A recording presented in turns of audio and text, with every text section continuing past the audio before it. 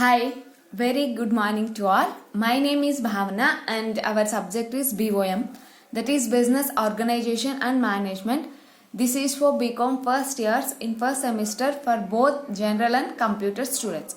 In this previous lecture, we discussed what are the introduction to the management and definition of the management, meaning of the management and characteristics of the management. Today we are discussing what are the functions of the management. For every business organization, suppose we start a business, we set some objectives or goals. For achieving these objectives and goals, we have to follow some functions. These functions are very important in every type of business organization. In management, there are seven there are 7 functions, 9 functions, but these five functions are very important in every business organization. Let's see here what are the functions. Functions of the management. There are the 5 functions of the management. Noge and O'Donnell, he is the author, explained 5 functions of the management. They have become widely accepted functions of management everywhere. Why I am discussing only these 5 functions means everywhere in according to the world, we say example according to the world, everywhere these 5 functions are accepted. There are some other functions, maybe for these functions some others may doesn't accept for some, but these 5 functions are accepted according to our world. So these 5 are the major functions in our management. Noge and O'Donnell explained these 5 functions of management. Who explained? Noge and O'Donnell explained these 5 functions of management. They have become widely accepted. These five functions are widely accepted functions of management everywhere. What are they? They are planning, organizing, staffing, directing and controlling. Again I am repeating: planning, organizing, staffing, directing and controlling. Suppose we start a business. We are all starting a business that is XYZ company. For this XYZ company, we set some objectives and goals. Suppose we are selling the products.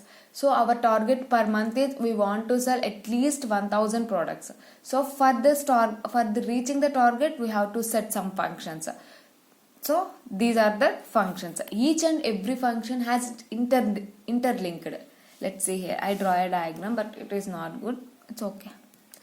Planning, organizing, staffing, directing and controlling. These 5 are directly related and also interlinked also. Let's see here. I hope maybe you may see. Planning to staffing, there is a relation, and also staffing to controlling, controlling to organizing, organizing to directing, again directing to planning. So each and everything are interlinked. Planning, organizing, staffing, directing and controlling. These 5 are very important functions in management for doing a business. Each and everything we explain in a clear way today. Let's say it is very important lecture. Please follow, because in management everyone want to start a business. So for this business we require some functions. These 5 functions are very important.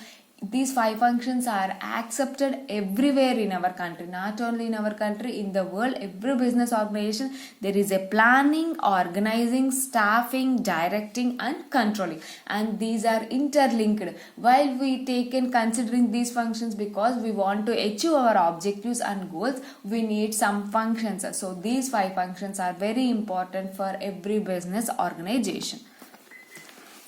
Let's start. What is a planning? Planning is deciding in advance. Suppose we are all want to start a business. Before starting a business, we decide, we sit together and decide which type of business we start, where we start, who is responsible for business. Everything we want to discuss in previous. So planning is decided in advance. Before starting a company, we can do planning. Let's see here what to do. For starting a business, what is the purpose for doing the business? How to do. How means in which way. What to do means ఏం చేయాలి, how to do ఎలా చేయాలి, why to do ఎందుకు చేయాలి, wear to do ఎక్కడ చేయాలి, who will be responsible. Let's see here what to do. In what is the purpose for starting a business, how to do, in which way we want to do business, and why to do, what is the reason for starting a business, what is our goal for achieving why you are starting our business, and where to do, what is the place. Suppose we are starting a business like production business, in which area our product has very huge demand, in that particular area only we can start our business. And who will be responsible for doing is planning. Who is the person for doing, for every in group of people there is a one person, he is a very good planner. So who is responsible for planning, who has very good ideas before starting a business. So each and everything we have to set before starting a business. What to do, how to do, why to do, where to do, and who will be the responsible for doing planning, who is the person responsible for doing planning. Next definition, what is the planning? Planning bridges the gap from where we are to where we want. It bridges the plan from where we are to where we want to go. Example, I want to go from Dilshuk Nagar, from our college to Dilshuk Nagar. So before starting I decided is the way, there is a way for going to Dilshuk Nagar or not. I found a way, then only I can start. It makes it possible for the things to occur. If there is a two ways, I want to go this way, I am unable to reach Dilshuk Nagar. I want to go this way only, I can reach the Dilshuk Nagar. So before starting I want to decide it as I am reaching my destination or not. So before starting I want to decide myself, which would not otherwise happen. So we have to decide it while starting a particular business, is the business is correct for us or not. So we have to pre-plan before starting a business. Planning bridges the gap from where we are to where we want to go. It makes it possible for things. It says that yes, it is possible. It says that it doesn't possible. For that doesn't possible, we are unable to go that way to occur, which would not otherwise happen. This definition is also given by Nodes and O'Donnell. K is silent. Nodes and O'Donnell. Planning bridges the gap from where we are to where we want to go. It makes it possible for things to occur. It makes this planning makes the possible to things to occur, which would not otherwise happen. Suppose already I said example, I want to go Dilshuk Nagar, I want to one way. So in that way I am unable to reach Dilshuk Nagar. Maybe there is some construction or some other. So before start I want to decide. So planning makes our destination clearly. What is the importance of planning? Let's see here. Planning provides directions. It's provide direction. This is the right way you have to go. This is the wrong way you have to face struggle. So it gives direction. So the planning provides directions. Next, planning reduces the risk of uncertainty. Already we discussed, if I want to go one side, there is no way to go. So it before I know, then I don't want to go. So it reduces our risk and uncertainty. Uncertainty means it is not certain. While before thinking I go, I don't know there is a under construction. So before starting we have to think. So it provides risk of uncertainty. It reduces risk of uncertainty. Next, planning reduces overlapping and wasteful activities. Suppose I am going one way, there is an under construction. So without knowing I go again, I want to come back and go into another way, because there is a waste of time. So waste of resources. Resources means, of course, if I want to go in scooty, there is a petrol. Petrol is also our resource. So it wasteful. So planning helps overlapping. Overlapping means wastage of time. And for example, I want to reach at 10:30 am. I am unable to reach. I want to go at 11:30 am. There is a 1 hour of overlapping. You can say it is a wastage of time and also wastage of resources. So planning, it reduces. Next, planning promotes innovative ideas. Innovative means we have to think different ideas. Like I am in our production business, the similar product is produced to other competitor. So we have to innovate, like we have to change small taste, or we have to change the shape of the product. So it creates innovation ideas. Next, planning facilitates decision making. Yes, it facilitates decision making also. Like based on all these factors, we can take a right decision. So it facilitates decision also. Next, planning establish standards for control. It establish standards for control. Like we want to control these raw materials. The planning only help. Suppose we have the 100 kgs of some raw material. For this raw material, we have to produce our finished product. So before we plan, we have to produce like that. Then we can control our raw material. So it establishes the controlling of other products, not only raw materials and other financial whatever. It establishes the controlling factor. So these are the importance of planning. What are the importance? Planning provides directions.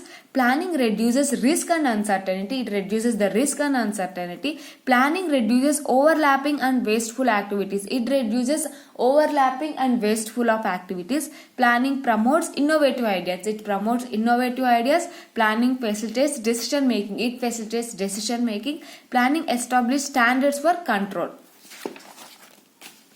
These are the importance of the planning.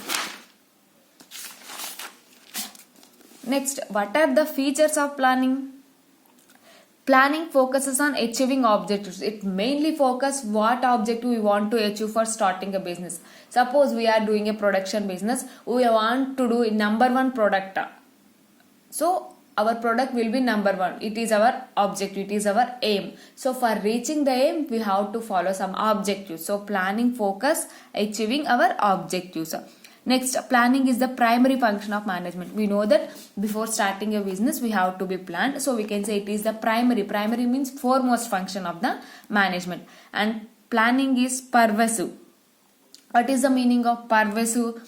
Means before starting a business, we have to decide everything. So we can say pre-planned. So planning is a pre-planned and planning is a continuous. While starting a business also for achieving some objectives, we have to continuous planning. So planning is in a continuous and planning is a futuristic.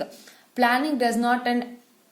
Suppose we think like that, we have to plan for one thing, so it will end. The planning doesn't end. We have to think in future. We may create new ideas in future. So planning is a futuristic, not to end at anywhere. Suppose you are completing your degree. For completing your degree, you have a plan in further studies. Next, you have to plan for our job. So it is a futuristic. Planning involves decision making. Definitely planning involves decision making, because before pre-plan we have to take a right decision. You know the ways, you know the struggles, you know the risk, everything you know. Then you can take a very right decision. So we can say planning involves in decision making. Next, planning is a mental exercise. Why you can say it is a mental exercise? Because we are thinking to mind. So we can say planning is a mental exercise. These are the features of planning. What are the features of planning? Planning focuses on it focuses on achieving objectives. Planning mainly focuses on achieving the objectives. Next, planning is a primary function of management. We can say planning is the primary functions of management, and planning is a pervasive. It is a pervasive in nature, and it is a futuristic in nature. And planning involves decision making. It involves decision making, and planning is a continuous process. It is not planning does not end. It is a continuous process. We reach one objective, we have to aim for other objectives. So it is you can say it is a continuous process.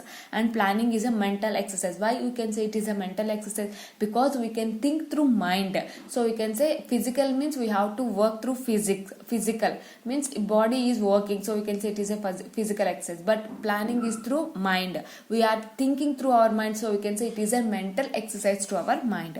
This is the features of planning. Next, what is our planning process? Let's see here. Setting objectives. First, we have to set our objectives.